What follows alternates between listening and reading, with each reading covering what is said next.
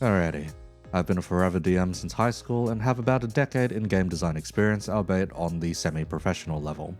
I suppose what I mean to say is that you're in good hands today. Though mildly unannounced, I've been working on a Project Moon version of my TTRPG system over the past half year. Tentatively, it's titled A Certain Fixer's Urban Nightmare. It's got a focus on puzzle-like combat with fixers taking center stage in a post-library city. The feature I'm most proud of, however, is the check system, wherein most traditional tabletop role-playing games utilize dice to resolve checks. I've decided to make use of a full tarot deck, specifically a Rider White deck with both the major and minor arcana in tow. This makes for a 78-card deck split into 5 different suits, all of which having some level of importance within this system. I've opted for this since I wanted to integrate deck manipulation and skirt away from the swingy nature of D20 based systems, wherein you are as likely to land a 20 on a roll as you are to land a 1. This comes with many advantages that I'll outline later, but let's get into the way checks work with a proper example before breaking it down step by step. Here is one of my fixer OCs. This is Claire, a troublesome member of the Seven Association that would rather resolve things with their fists rather than with their wits. That said, when push comes to shove, she still knows how to deduce cases thanks to her training. During one of her missions, she finds herself stumped over a messy table of evidence. She needs to pull the right strings together to figure out where the enemy syndicate's base is to let the rest of the party prepare for a raid. The DM calls for an intuition check at this point, in order to allow Claire to use her deductive reasoning to pinpoint the base as best as she is able. The DM sets the target at 10 or higher, with 2 hits required to pass the check. They proceed to deal out the cards for the check. The first is an Ace of Wands, the second is a 10 of Cups, the third is a 4 of Swords, and finally, the last is a Page of Wands. The check is declared a success, and the cards used are moved to the discard pile. Claire breathes a sigh of relief as the logic lines up, and she points to a specific location on the map. Seems pretty straightforward, right? You draw cards up to your stats and compare it against the target conditions offered by the DM. If you meet them, then that's the end of it, right? Well, yes and no. That's the most basic example of a check, and there's a few more possible steps on the way based on how high the target stat required is. So let's break down the basics first, shall we?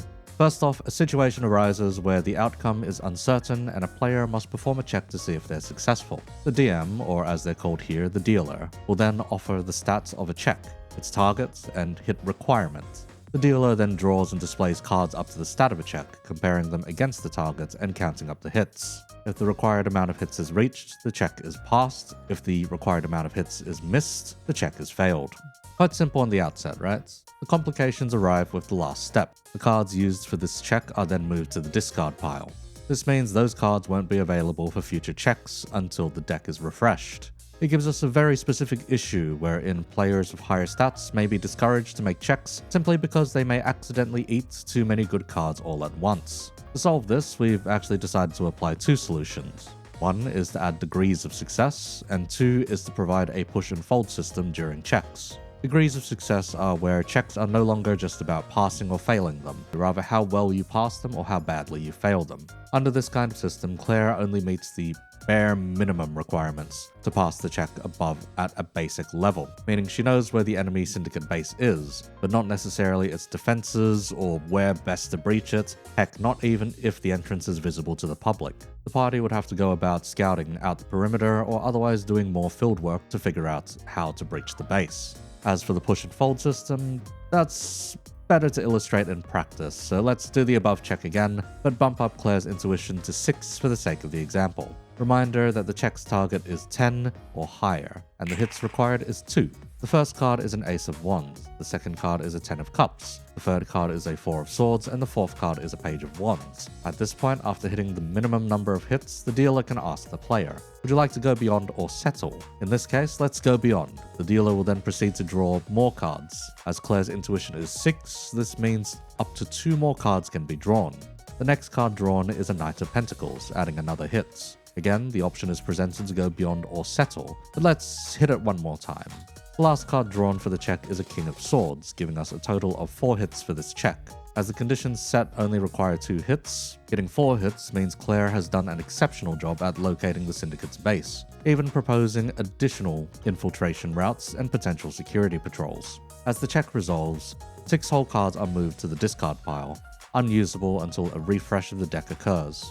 Okay, so why is that part important? As the state of the deck is persistent until an extended rest is completed or otherwise it runs dry and must be refreshed, checks naturally start to vary in success wildly as cards are used. This works several purposes. 1. It awards players that pay close attention to what gets used and lives in the discard pile as you start counting cards and predicting successes and failures, tailoring the way they perform checks with either more aggressive pushes or conservative folds. Whilst 2. It serves in making your party's effort feel tangible. If you go too hard and overperform, naturally you are going to start feeling tired. This makes checks not the automatic answer to everything, but instead how much effort the party is willing to utilize on the checks. Does going hard early reward you later? Or does saving your deck's potential for later on prove more worthwhile? These are the kinds of dilemmas you have to negotiate and work through with your party. Past there, it's worth mentioning what happens if you fail a check's conditions. Say we use the above example one last time. Claire needs to find a syndicate base, but the deck is not in her favor. Say the bigger cards are in the discard pile, or there just happens to be a woeful stack of low cards on top. Not a single card passes the check's conditions, resulting in 0 hits. This is an absolute failure. Here, it's up to the player and dealer to discuss the exact nature of said full-on failure. Say Claire is the stubborn sort and randomly points to a spot on the map with full confidence. Or if she's far less confident, simply shrugs and says, I don't know.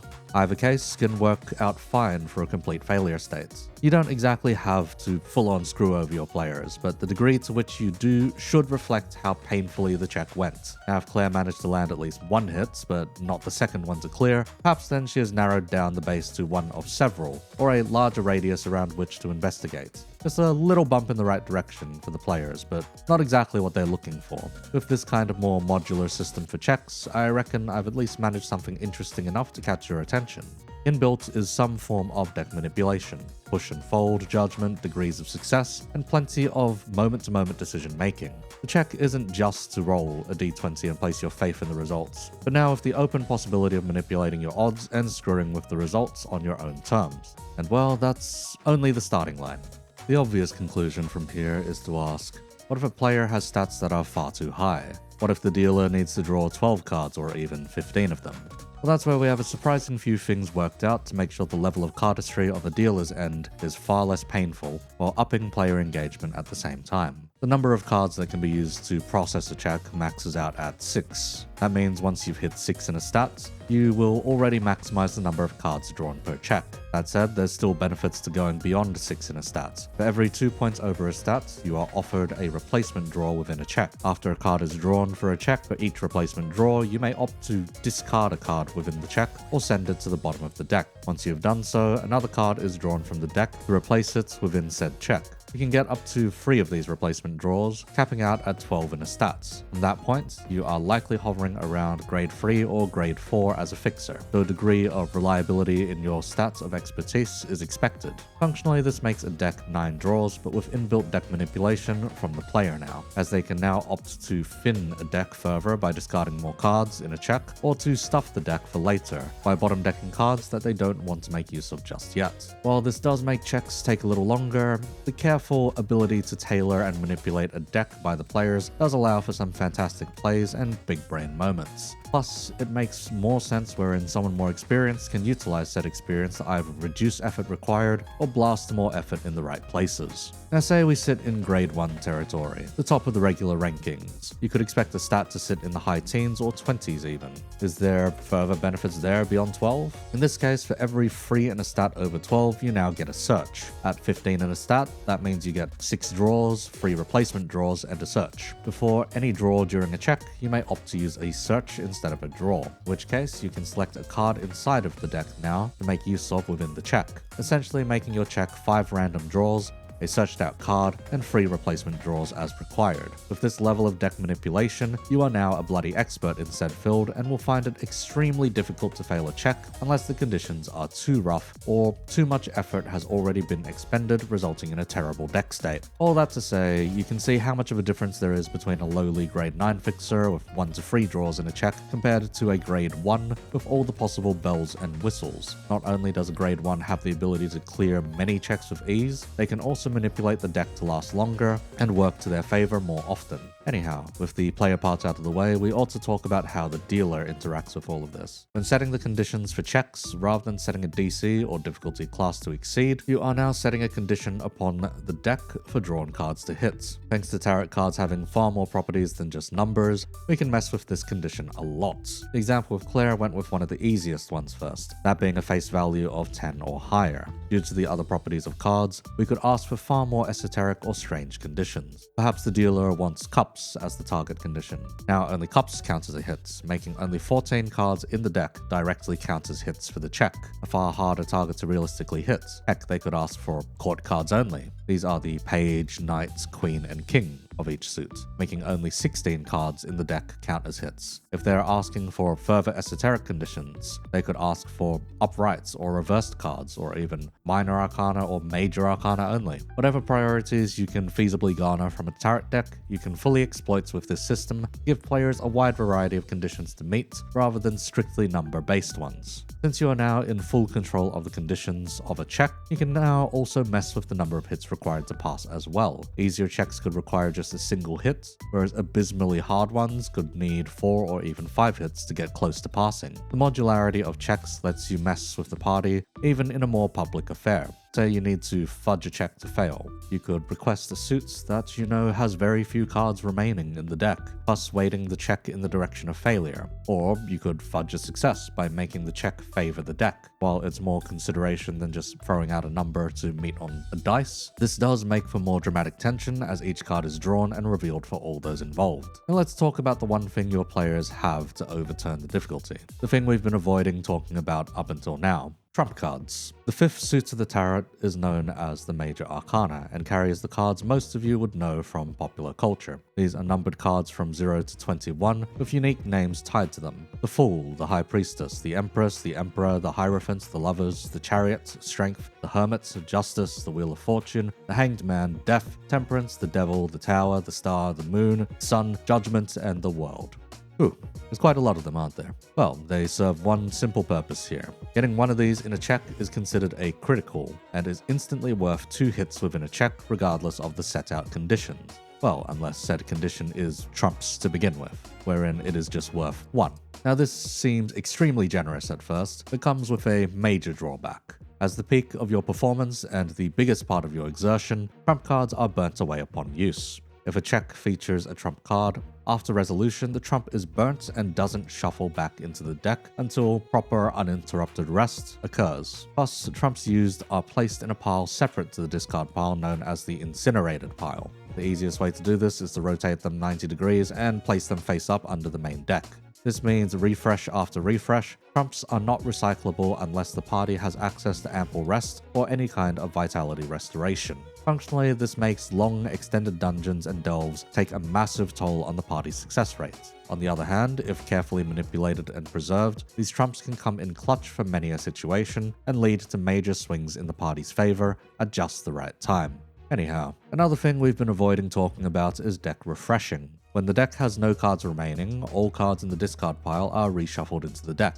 All members of the party are hit with a point of exhaustion, that of which will become relevant next time I cover this system. As the deck is likely to be missing a lot of trump cards at this point, the first refresh can be considered quite brutal as it is, especially if a lot of checks needed to be made, or combat required far too many cards to solve accordingly. All in all, this becomes subject of the push and fold nature of the deck mechanics for this TTRPG system. You want to go hard and fast, risking a terrible deck state and poor loots on the tail end? Or do you preserve your better cards to keep the party in a healthy enough state to profit accordingly? Do you go hard in combat to obliterate your opponents? Or do you go easier on them to keep the post-fight loot more intact? After all, if you went too hard, you probably rendered their armor and weapons into scraps. These are the questions and dilemmas your party will face in a certain fixer's urban nightmare. While there are many more tools, skills, and other pieces of equipment to aid your party in manipulating the odds in your favor, this about wraps up the bare basics of how cards operate within the narrative and roleplay elements of this system. It combines deck manipulation, card counting, push and fold judgment, and pretty much all the advantages of using a deck of cards or adding some flavor through its running. Seems like plenty of upsides, but it's not without its flaws. So let's outline some flaws of this check system then, shall we? Unpredictability. Unless one of your players has been actively counting or otherwise has easy access to the discard pile, checks can become increasingly unpredictable and difficult to succeed, leading to frustration. While I would argue this is a skill issue, the dealer also has to be on top of the deck state, leading to additional mental load.